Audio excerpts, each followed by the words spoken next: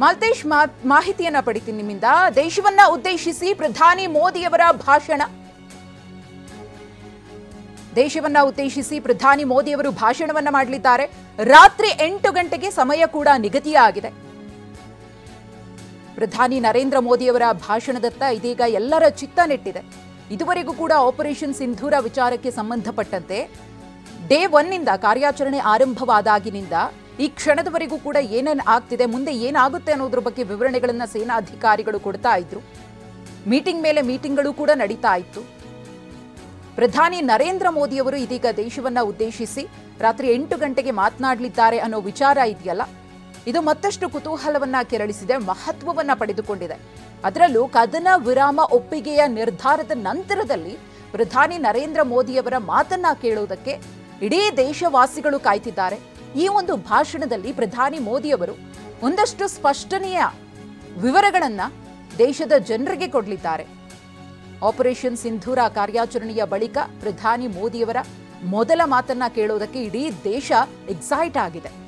ಕದನ ವಿರಾಮ ಒಪ್ಪಿಗೆ ನಿರ್ಧಾರ ಇದೆಯಲ್ಲ, ಇದು ಸಾಕಷ್ಟು ಮಂದಿಗೆ ವಿರೋಧ ಮೂಡಿಸುವಂತೆ ನಿರ್ಧಾರ ಅಂತ ಹೇಳಲಾಗ್ತಾ ಇತ್ತು. ಒಂದಷ್ಟು ಮಂದಿ ಟೀಕೆಯನ್ನ ಕೂಡ ಮಾಡಿದ್ರು. ಯಾವ ಕಾರಣಕ್ಕೋಸ್ಕರ ಕದನ ವಿರಾಮ ಒಪ್ಪಿಗೆಗೆ ಭಾರತ ಒಪ್ಕೊಳ್ಬೇಕಿತ್ತು ಅಂತ ಹೇಳಿ. ಬೇಡ ಆಗಿತ್ತು, ಪಾಕಿಸ್ತಾನಕ್ಕೆ ಬುದ್ಧಿ ಕಲಿಸೋದಕ್ಕೆ ಇದು ತಕ್ಕ ಸಮಯ ಆಗಿತ್ತು, ಯುದ್ಧ ಮಾಡಬೇಕಿತ್ತು, ಒಂದು ಕೈ ನೋಡಬೇಕಿತ್ತು, ಇದು ಅನೇಕ ಮಂದಿಯ ಅಭಿಪ್ರಾಯ ಆಗಿತ್ತು. ಆದರೆ ಈ ಕದನ ವಿರಾಮಕ್ಕೆ ಒಪ್ಪಿಗೆಯನ್ನ ಸೂಚಿಸಿದ್ದು ಯಾಕೆ, ಇದರ ಹಿಂದಿರುವಂತಹ ಉದ್ದೇಶಗಳು ಏನು, ಇದೆಲ್ಲದರ ಬಗ್ಗೆಯೂ ಕೂಡ ಒಂದಷ್ಟು ಮಂದಿಗೆ ಪ್ರಶ್ನೆಗಳಿದೆ, ಕುತೂಹಲಗಳಿದೆ.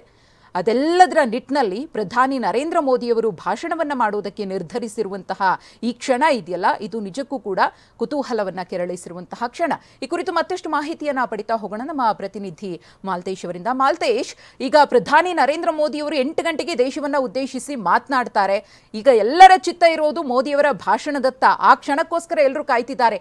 ಏನ್ ಹೇಳಬಹುದು ಅಂತ ಹೇಳಿ, ಆಪರೇಷನ್ ಸಿಂಧೂರ ಕಾರ್ಯಾಚರಣೆಯ ಬಳಿಕ ಪ್ರಧಾನಿಯವರ ಮೊದಲ ಮಾತು ಹೇಗಿರಬಹುದು ಅಂತ? ಕರೆಕ್ಟ್ ಮಧುಶ್ರೀ, ಈಗ ಒಂದು ವಿಚಾರ ಅಂತಾನೆ, ಮೋದಿ ಈಗ ಆಲ್ರೆಡಿ ಒಂದು ವಿಚಾರವನ್ನ ಹೇಳಿದ್ದಾರೆ. ಹೌದು, ಈ ಕ್ಷಣಕ್ಕೆ ನಾವು ಕದನ ವಿರಾಮವನ್ನ ಘೋಷಿಸಿರಬಹುದು, ಆದ್ರೆ ಮುಂಬರುವಂತ ದಿನಗಳಲ್ಲಿ ಯಾವುದೇ ರೀತಿಯಾದಂತ ಟೆರರ್ಗೆ ಸಂಬಂಧಪಟ್ಟ ಹಾಗಿನ ಏನಾದ್ರೂ ಪ್ರಯತ್ನಗಳು, ಟೆರರಿಸಂಗೆ ಸಂಬಂಧಪಟ್ಟಂತದ್ದು, ದಾಳಿ ಮಾಡೋದು, ಈ ತರದ್ ಯಾವ್ದಾದ್ರು ಪಾಕಿಸ್ತಾನದ ಕಡೆ ಆದ್ರೆ it's a act of war ಅನ್ನೋದನ್ನ ಬಹಳ ಕ್ಲಿಯರ್ ಆಗಿ ಹೇಳಿದ್ದಾರೆ. ಇನ್ನು ಮುಂದೆ ಭಾರತ ಯುದ್ಧವನ್ನ ಮತ್ತೆ ಮಾಡೋದಕ್ಕೆ ಆ ಕಡೆಯಿಂದ ಕ್ಷಿಪಣಿ ಬರಬೇಕು, ಡ್ರೋನ್ ಬರಬೇಕು, ಅಲ್ಲಿನ ಸೀಸ್ ಫೈರ್ ಅನ್ನ ಅವರು ಕದನ ವಿರಾಮ ಉಲ್ಲಂಘನೆ ಮಾಡಬೇಕು, ಇದ್ಯಾವುದೂ ಅಲ್ಲ. ಟೆರರ್ ಆಕ್ಟಿವಿಟೀಸ್ ಏನಾದ್ರೂ ಮತ್ತೆ ನಮ್ಮಲ್ಲಿ ಆದ್ರೆ ಅದು ಆಕ್ಟ್ ಆಫ್ ವಾರ್ ಅಂತಾನೆ ನಾವು ಪರಿಗಣಿಸ್ತೀವಿ ಅನ್ನುವಂತಾನೆ ಹೇಳಿದ್ರು. ಬಟ್ ವಿಚಾರ ಇಲ್ಲಿ ಮೋದಿ ಅವರು ಮಾತನಾಡಬೇಕಾದಂತ ಅನಿವಾರ್ಯತೆ ಕೂಡ ಇದೆ ಇಲ್ಲಿ ಮಧುಶ್ರೀ, ಒಂದು ವಿಚಾರವಾಗಿ ಹೇಳ್ಬೇಕು. ಯಾಕಂದ್ರೆ ಅಗೈನ್ ದೇಶದ ಜನರನ್ನ ಬಹಳ ವಿಶ್ವಾಸಕ್ಕೆ ತೆಗೆದುಕೊಂಡು ಹೋಗ್ಬೇಕಾದಂತದ್ದು ಅನಿವಾರ್ಯತೆ ಇದೆ. ಯಾಕಂದ್ರೆ ನಿನ್ನೆ ಕೂಡ ಸೇನೆಗೆ ಸಂಬಂಧಪಟ್ಟ ಕೆಲ ಅಧಿಕಾರಿಗಳು ಮಾತನಾಡ್ತಾ ರಫೇಲ್ ಯುದ್ಧ ವಿಮಾನವನ್ನ ಹೊಡೆದುರುಳಿಸಿದ್ದಾರಾ ಅನ್ನುವಂತ ಪ್ರಶ್ನೆ ಬಂದಂತ ಸಂದರ್ಭದಲ್ಲಿ ಸೇನೆ ಕೊಟ್ಟಂತ ಉತ್ತರ, ಆ ಸಂದರ್ಭದಲ್ಲಿ ಅದು ಹೊಡೆದಿದ್ದಾರೋ ಮತ್ತೊಂದು ಅದೆಲ್ಲ ಮುಂದಿನ ಹಂತದಲ್ಲಿ ಗೊತ್ತದೆ, ಆದ್ರೆ ನಮ್ಮ ಆಬ್ಜೆಕ್ಟಿವ್ ಏನಿದೆ ನಾವು ಅದನ್ನ ಕ್ಲಿಯರ್ ಮಾಡಿದೀವಿ ಅನ್ನುವಂತ ಮಾತನ್ನ ಹೇಳಿದ್ರು. ನಾನು ಅಗೇನ್ ನಿಮ್ಗೆ ಹೇಳ್ತಾ ಇದ್ದೆ, ಪಾಕಿಸ್ತಾನ ಕೂಡ ಮೇಲಿನ ಮೇಲೆ ಒಂದ್ ರೀತಿ ಇದು ನಮ್ಮ ವಿಕ್ಟ್ರಿ ಅನ್ನುವಂತ ರೀತಿಯಾಗಿ ಸಂಭ್ರಮಿಸ್ತಾ ಇರುವಂತದ್ದು ಭಾರತದ ನಾಗರಿಕರಲ್ಲೂ ಕೂಡ ಏನಾಗ್ತಾ ಇದೆ ಅನ್ನುವಂತ ಪ್ರಶ್ನೆಗಳನ್ನ ಮೂಡಿಸ್ತಾ ಇದೆ.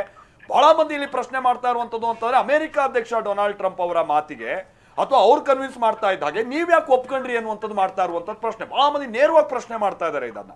ಹಿಂದೆ ಇಂದಿರಾ ಗಾಂಧಿ ಅವರ ಕಾಲದಲ್ಲಿ ಅವರು ನಡೆತಿರುವಂತ ರೀತಿಗೂ ಈಗಿನ ಸರ್ಕಾರದ ವಿಚಾರವಾಗಿ ಪ್ರಶ್ನೆ ಮಾಡ್ತಾ ಇದ್ದಾರೆ. ಹೀಗಾಗಿ ಇಡೀ ದೇಶದ ಜನರನ್ನ ವಿಶ್ವಾಸಕ್ಕೆ ತೆಗೆದುಕೊಳ್ಬೇಕಾದಂತದ್ದು ಅನಿವಾರ್ಯತೆ ಇದೆ.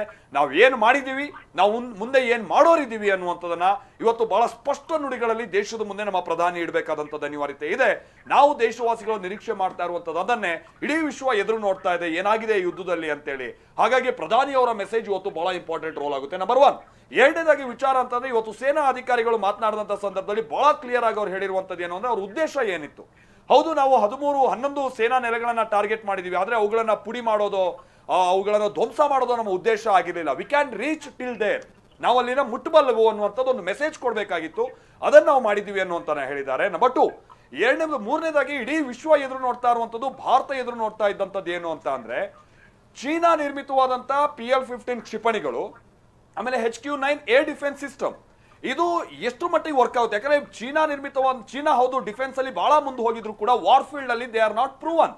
ಈಗ ಅಮೆರಿಕ, ಫ್ರಾನ್ಸ್, ರಷ್ಯಾ ರೀತಿಯಾದಂತ ಏರ್ ಡಿಫೆನ್ಸ್ ಸಿಸ್ಟಮ್ ಆಗಿರ್ಬೋದು ಅಥವಾ ಅವರ ಶಸ್ತ್ರಾಸ್ತ್ರಗಳು ವಾರ್ ಫೀಲ್ಡ್ ಅಲ್ಲಿ ಪ್ರೂವನ್ ಇದೆ, ಬಟ್ ಚೀನಾದಿಲ್ಲ. ಹಾಗಾಗಿ ಅದು ಹೇಗೆ ವರ್ಕ್ ಆಗುತ್ತೆ ಅನ್ನುವಂಥದ್ದಿತ್ತು. ಬಟ್ ನಾವು ಬೇಯಿಸಿದೀವಿ ಅನ್ನುವಂತ ನಮ್ಮ ಸೇನೆ ಹೇಳಿದೆ. PL-15 ಅನ್ನ ಹೊಡೆದುರುಳಿಸಿವಿ ಅನ್ನುವಂತ ಸಾಕ್ಷ್ಯ ಸಮೇತವಾಗಿ, ಪಿಕ್ಚರ್ ಸಮೇತವಾಗಿ ಹೇಳಿದ್ದಾರೆ.